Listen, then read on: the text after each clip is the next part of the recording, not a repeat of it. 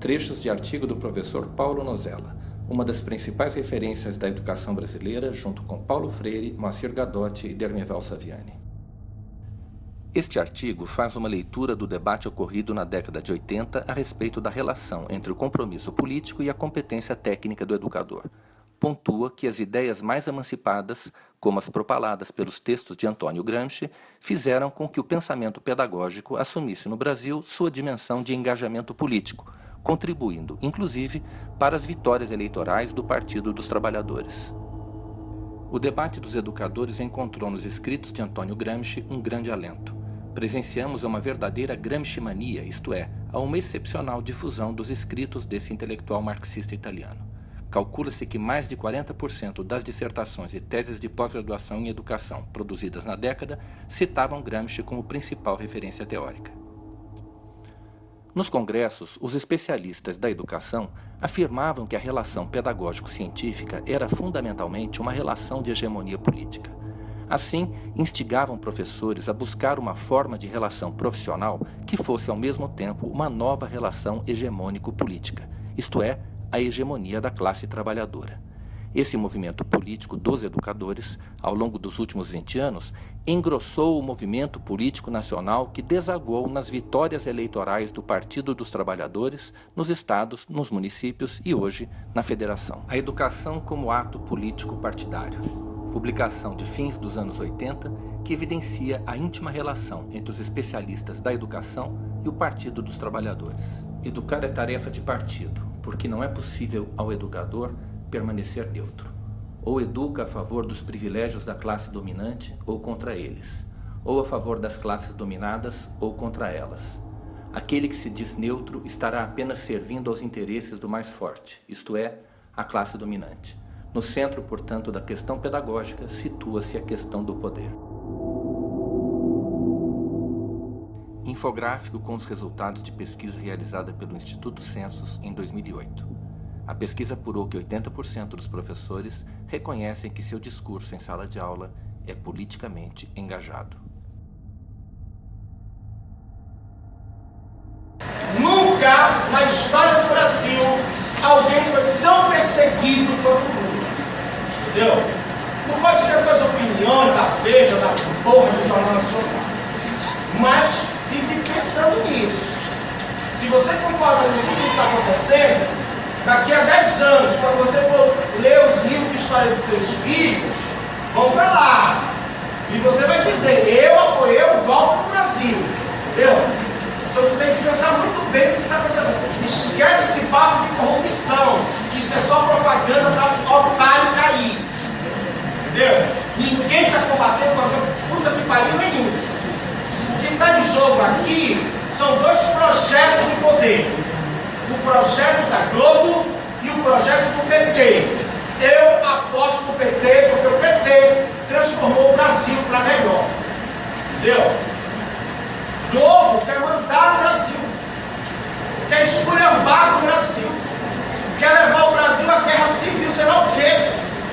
Esse juizinho de merda do Paraná, vou repetir, esse juizinho de merda do Paraná é um bandido. Cheguei lá, fiquei ultra feliz, porque eu vi um povo brasileiro de verdade. Negros, brancos, cara de índio, rico, pobre, classe média, estudante particular, estudante de escola pública, professor universitário, tinha de tudo. Foi uma festa, foi o batuca, o samba, houve tudo quanto foi pouco. Foi maravilhoso. Aquilo sim, aquilo eu apoio. MST, Movimento Sem Teto, a UNE, a UBS, a UMES, todos os movimentos estudantis estão lá. É isso que interessa para mim, entendeu? Não me interessa aquela classe média que saiu dia de domingo, branca, rica, que vai ver o pano nela da puta que pariu.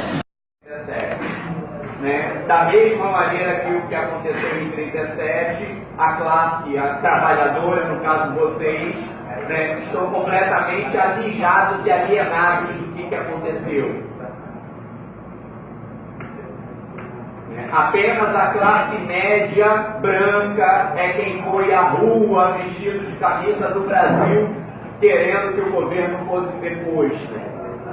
Mas é porque a classe média que foi à rua, galera, estava insatisfeita com o fato de pobre estar pegando avião no aeroporto. A classe média que usou camisa do Brasil estava insatisfeita com o fato de ter mais negro e gente de periferia dentro de universidade. Gente da origem de vocês. A classe média que foi à rua vestida de verde e amarelo estava insatisfeita porque pobre estava financiando o carro. O cara que segue Bolsonaro, ele finge que é por causa da corrupção, mas não é. Porque existem outros políticos que não são corruptos. E que nem o Bolsonaro diz que eles são corruptos, sabe que não é. Que não aceita isso. O cara que segue Bolsonaro, ele segue Bolsonaro porque Bolsonaro é homofóbico, fala de arma, quer a mulher no lugar dela, que a mulher é um bicho fraco.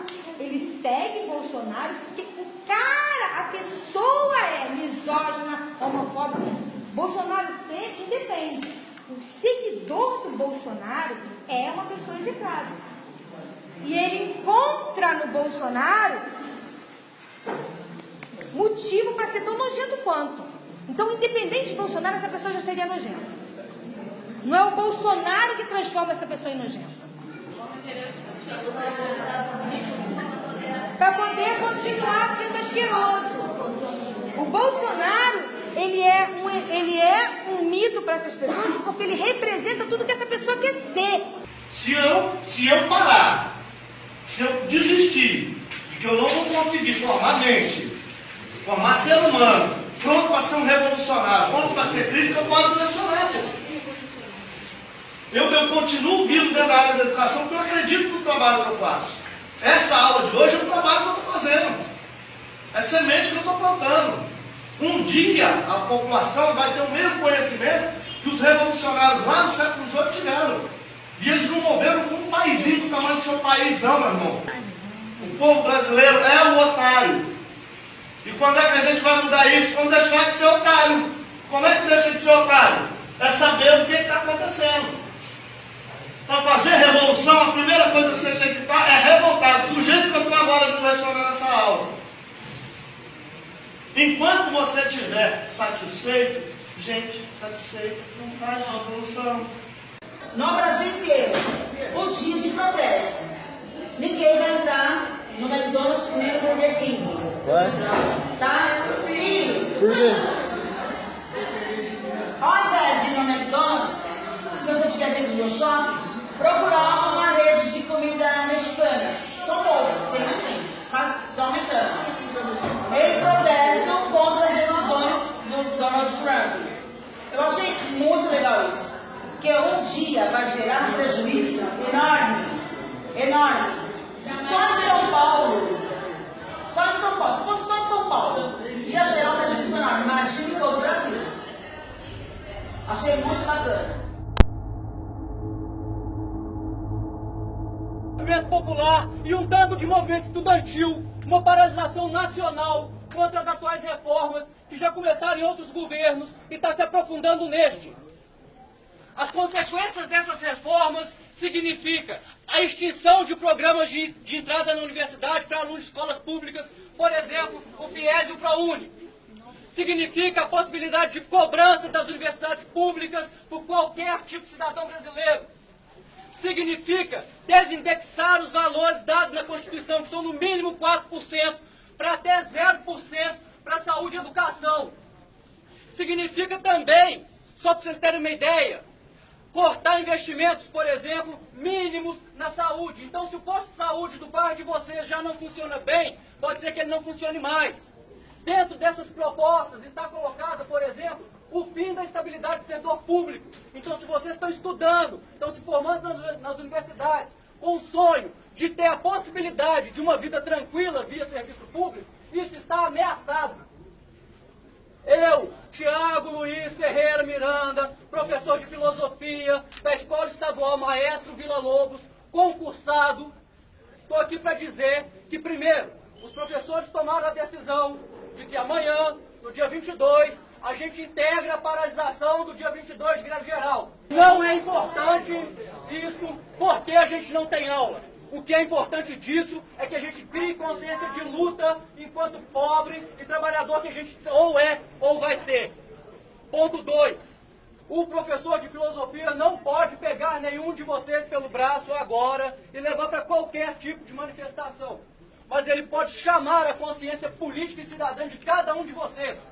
Os companheiros de vocês, porque são alunos do ensino médio. Toda criança tem direito à vida. PEC 241, o projeto que vai tirar os direitos educacionais. Direito à família, educação, então. Somos alunos, mas também brasileiros. Queremos direitos. Será que você pode me explicar?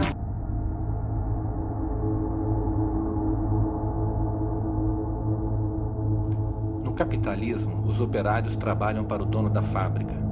No socialismo, a fábrica pertence a toda a sociedade que trabalha para si mesma. No capitalismo, a propriedade é privada. Terras, minas, fábricas, bancos e empresas, em geral, pertencem à burguesia. No socialismo, a propriedade é coletiva, socializada. O povo trabalhador é dono de tudo. No capitalismo, o objetivo são os lucros da burguesia. No socialismo, o objetivo é o bem-estar da sociedade. No capitalismo, as decisões são tomadas pela burguesia a partir da situação de mercado. No socialismo, as decisões são tomadas democraticamente pela sociedade, que planifica a economia. Conceitos associados à direita: capitalismo, conservadora, burgueses, homofobia, machismo, racismo, desigualdade, censura e religião. Conceitos associados à esquerda: socialismo, liberal, operário, liberdade de expressão, e desconstruir esses conceitos: homofobia, machismo, racismo, desigualdade. É próprio da esquerda lutar pelos direitos dos trabalhadores e da população mais pobre, pela promoção do bem-estar coletivo e da participação popular dos movimentos sociais e minorias. Já a direita possui visão mais conservadora, ligada a um comportamento tradicional que busca manter o poder da elite e promover o bem-estar individual.